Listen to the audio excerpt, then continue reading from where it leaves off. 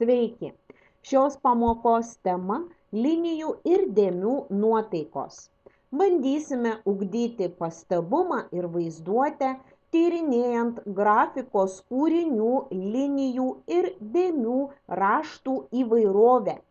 Išmėginti įvairius grafinės raiškos reikmenis. Mums reikės popieriaus, tušo, teptukų, plunksnelių, guašo, rašiklių, flomasterių. Bandysime nupiešti piešinį iš įvairių linijų ir dėmių, išmėginti įvairius piešimo reikmenis, savais žodžiais apibūdinti, ką pasakoja linijos ir dėmės.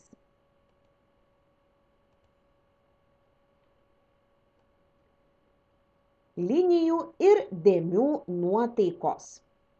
Papasakok, kuo ypatingi šie piešiniai, kuo jie skiriasi iš kitų dailės kūrinių.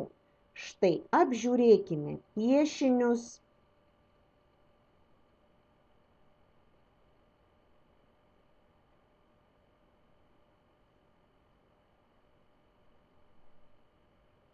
Žymaus menininko Vincento van Gogo piešinys Laukas ir sodas.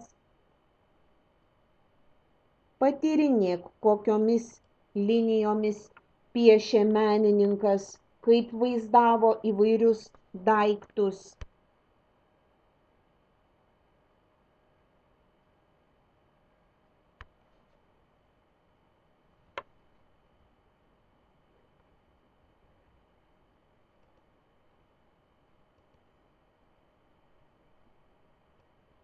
Tai dar keletas pavyzdėlių.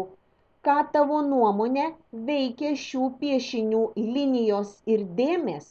Kokia jų nuotaika?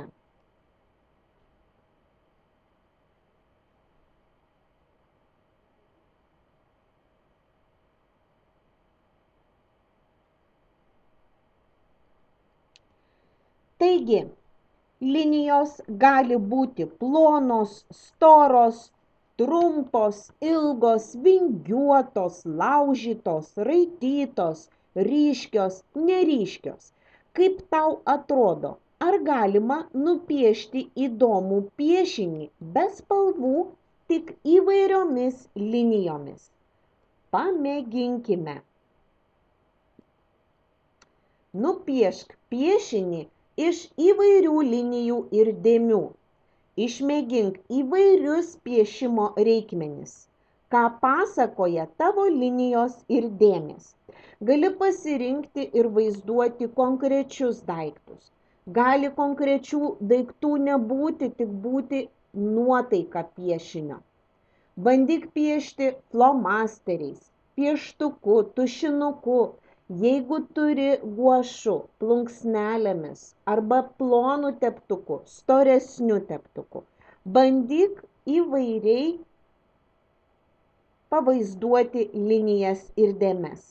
Pasižiūrėk dar keletą darbų pavyzdžių. Štai įvairių linijų pagalba, kaip sukurtas koks gražus vaizdas.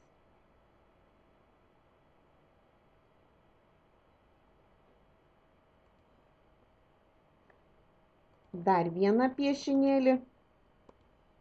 Pasižiūrėk. Štai.